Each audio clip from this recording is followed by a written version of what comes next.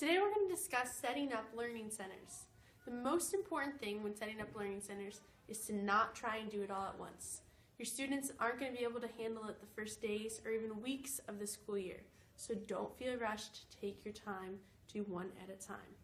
It's much more important to ensure that they have mastered one before you move on to any others. When you're introducing a new center, make sure that it's whole class and that everyone reviews what the expectations are. Everyone understands what is allowed and everyone understands what is not allowed. Ease your way into that. Repeat that center over and over until all your students have mastered it. It's also important to have directions nearby at the center so that students can refer to them while they are working. Another good practice is to have your centers in the same spot every week. For example, my math center is always right here. My reading center. Up front in the classroom is the spelling center. And then the writing center. This helps students know that when they're going to a certain center, they're going to the same place in the room. It's also really helpful for me as a teacher to not have to create something new every week. Every week is going to be some variation. Students are going to work on those 4 different things in some context. And the first center up front is the spelling center. We call them trick words. In this center, on the smartboard, students will have a list of trick words for the week. They'll have some different type of activity that they'll work with.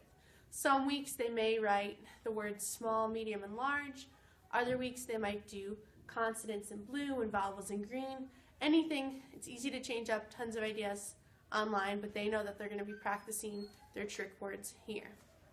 Our next center is a reading center.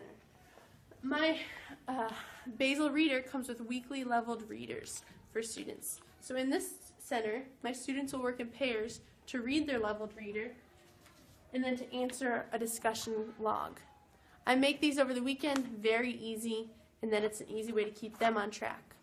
One of the important things about centers is to make sure that there's some way to hold the students accountable. You're only going to be working with a select few, so you need something concrete for the other students to turn in to show you this is what we've been working on while you were working with this other group. My third center in math this week is a coin counting center. So students are going to be with a partner. They're going to have coins and some cupcake tins. In the cupcake tins are written different amounts. So for example, 11 cents, 71 cents, 86 cents. They're going to take turns filling their cupcake tin with toy money until they get that amount. Then on their record sheet, partner 1's going to record one way to make that amount, and partner 2 is going to record another way. A way for them to realize that there's multiple ways for combinations of money. Finally, my last center is just the writing center. In this center, students we're going to review the essay they wrote on last week's test. Some of them are really struggling with comparing and contrasting the 2 different stories. So in this small group, I'll be able to evaluate, oh, this is where this student pulled this from, this is where this pulled this from, so that we can work on rewriting the weekly essay as a whole class. One of the most important things to remember when working on centers is that students thrive on the routine and they will really truly embrace it. In this first center this week, my students are working on their trick words. A piece of paper, a list of trick words on the smart board. Simple words that do not follow phonetic rules that we've been working on in class. On this next group, students are reading at a low volume with their partner. After they are finished reading, they will work in pairs to answer the questions on the reading guide.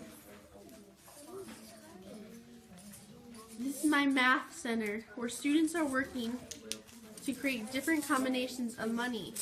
Simple materials, cupcake liners, a graphic organizer, and play money. Finally, the last group is working on compiling a better essay, comparing and contrasting the 2 stories that they read in class this week.